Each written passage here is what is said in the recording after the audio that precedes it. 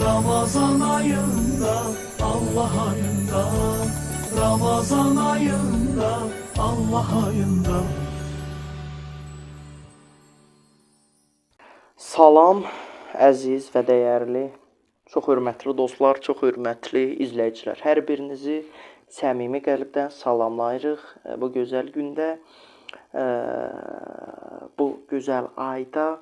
Hər birinizin Allah oruclarını qəbul eləsin, Allah dualarını qəbul eləsin diləyirik. Bilirsiniz ki, bugün biz yenə öz mövzumuzda danışırıq. Bizim başlığımız qulluğun mahiyyətidir. Qulluğun mahiyyəti mövzusunda bugün üçün danışacağımız mövzu, yəni alt başlıq kimi keçək, namaz qulluğun zirvəsi haqqında olacaqdır. Bugün istədik bu ibadət haqqında danışaq. Namaz haqqında danışaq bugün. Belə deyək. Belə başlamaq istəyirəm ki, insan bu dünyaya sadəcə yaşamaq üçün deyil, mənanı dərk etmək və yaradanı tanımaq üçün göndərilmişdir. İnsan, yəni bu dünyaya boşu-boşuna göndərilməmişdir. Demək istədiyimiz odur. İnsanın bir hədəfi var, bir ali hədəfi var, fitrəti cəhəti ilə inkişafa açıq və o hədəfə çatmaq yolunda addımlamaq istəyir. Yəni, insanın, bu dünyaya gələn hər bir insanın bir missiyası var. Kamil bir şəxsiyyət olmaq. Bu hədəfə çatmaq üçün hər qapı açıqdır. Nə mənada? Hər insan bu səviyyəyə çata bilər. Yəni, hər bir insanda o qüvvə var, belə deyək də. Ona görə də insan bunu tanımalıdır. Nə mənada? İnsan, belə deyək ki, kamil bir varlıq olmasını istəyir, amma xəbəri yoxdur. Xəbəri yoxdur. Elə bir adam qışqırır, belə, indi ağlıma birdən-birə gəldi. Bir quyudadır, uzaq bir quyuda qışqırır, məni qurtarın, düz yolla keçirsən, amma nəsə bir səs-küy var, bir şey var. Tam fikrini verə bilmirsən, o orada qalır, sən ona kömək eləyə bilmirsən. Bunun kimi də elə bil, o daxili aləmdə o istəyir, onun fərqinə vara bilmirsən. Fərqinə vara bilmirsən. Bunun fərqinə varmağın ən böyük və ən gözəl yollarından biri də məhz ibadət və itayətdir, ibadətdir. Və ibadətin ən kamil və ən mərkəzi forması isə namazdır. Çünki namaz insanın bütün varlığı ilə Allaha yönəldiyi bir ibadətdir əslində. Ona görə namazlara mən də içində daxil olmaqla diqqət edək. Qılırıq, inşallah biz də qılırıq. Allah qəbul eyləsin inşallah. Maksimum cəhd edirik ən doğru dərəcədə qılmağa. Və qılmayanlara da bizim tövsiyəmizdir ki, namaz qılsınlar. Bu həm də bizim dinimizin əmridir doğrudan da.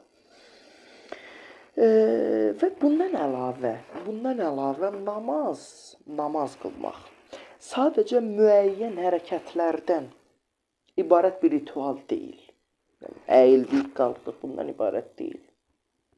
Ona qalsa o namaz əgər ki, sırf mahiyyəti olsa, onun o meditasiya deyirlər, ritüeli meditasiya, onlardan bir fərqi onlardan bir fərqi qalmaz da axı. Yəni, bunun mahiyyətini biz bilməliyik. Sadəcə əyilib qalxmaqdan ibarətdir.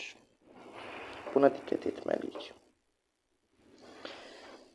Və namaz sadəcə müəyyən hərəkətlərdən ibarət bir ritual deyil. Biz bunu dedik. Və o insanın öz varlığını və acizliyini dərk edərək yaradanın qarşısında dayanmasıdır. Həqiqətən. İnsan gündəlik həyatın içində çox vaxt öz gücünə, imkanlarına və planlarına güvənir. Lakin namaz ona xatırladır ki, insan nə qədər güclü görünsə də əslində varlığı ilə Allaha möhtacdır. Yəni insan ehtiyaclı bir varlıqdır. İnsan ehtiyaclı, yəni ehtiyaclı olduğunu dərk edərsə inkişaf başlamış olar. O birdən də söz var ya, mən çox yerdə qarşıma çıxır o sosial şəbəkələrdə də, maraqlıdır, gözəl bir sözdür. Təxmin indi yadımda qalan qədəri ilə deyəcəm. İnsanın belə deyək ki, əyilərək ucaldığı bir məqam var, o da Allah məqamıdır. Əyildikcə qalxırsan zirvələrə. Yəni insanın möhtaclığını dərk etməsi onun zəifliyi deyil, Allah qarşısında deyirik. Onun əksinə inkişafının başlanğıc simvoludur həqiqətən də. Bu baxımdan namaz qulluğun ən aydın ifadəsi deməkdir, dəyərli dostlar. İnsan səcdəyə getdiyi zaman fiziki olaraq yerə yaxınlaşır. Alnını yerə qoyur. Lakin mənəvi olaraq yüksəlir. Bax, mən dediyim sözü indi burada yazdıq, bizim yazımız kitab dilində belə deyək də, belə deyirik. Çünki səcdə insanın öz nəfsini və təkəbbürünü kənara qoyaraq Allaha yönəlməsinin ən açıq simvoludur, dəyərli dostlar. Bu səbəbdən alimlər səcdəni insanın Allaha ən yaxın olduğu an kimi izah etmişlər.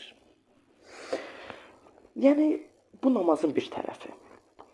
Namazın başqa bir mühüm tərəfi isə insanın həyatını nizama gətirməsidir, proqrama gətirməsidir.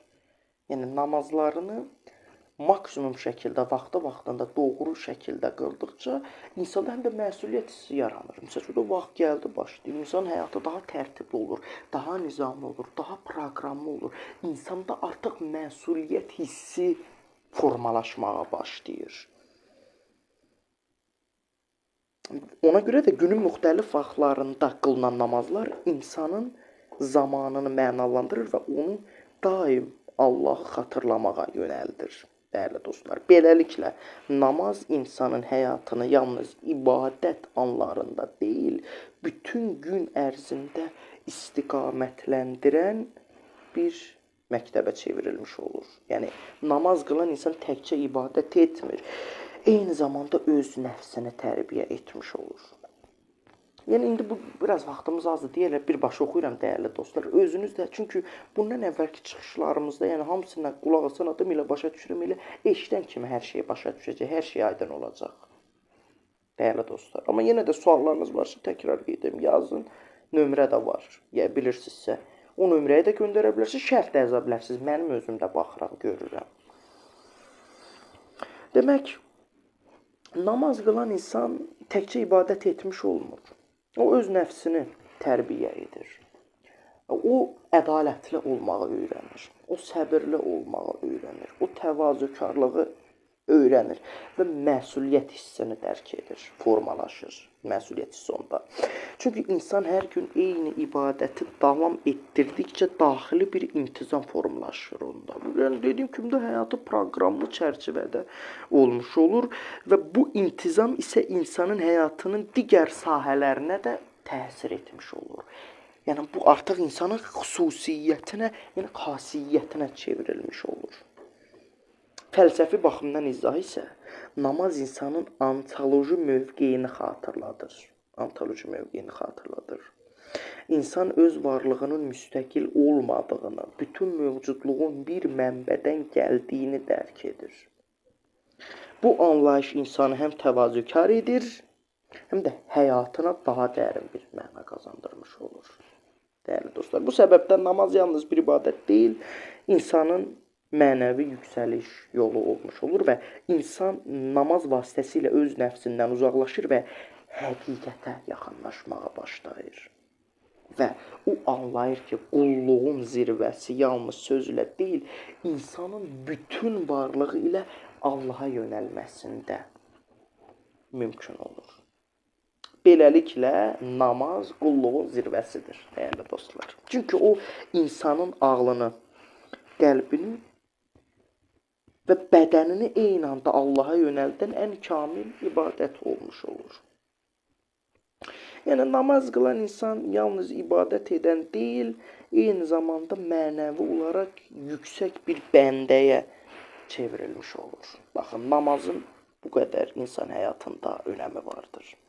Həm insan həyatını belə deyək ki, proqram gətirir, düzənlik verir, həm insana səbr öyrədir, həm insana məsuliyyət öyrədir, həm təvazökarlıq öyrədir, həm ədaləti öyrədir və insana öz mahiyyətini dərk etdirir və insanın ali hədəfə gedən yolda ən yaxın yardımçılarından biri olur. Ümid edirəm hər şey aydındır, dəyərli dostlar. Bugünlük biz yenidən sizlərlə sağollaşırıq. Gələcək çıxışlarımızda görüşənə qədər diləyirəm. Sağ olun, salamat qalın, özünüzə yaxşı baxın. Təşəkkürlər. Ramazan ayında, Allah ayında, Ramazan ayında, Allah ayında.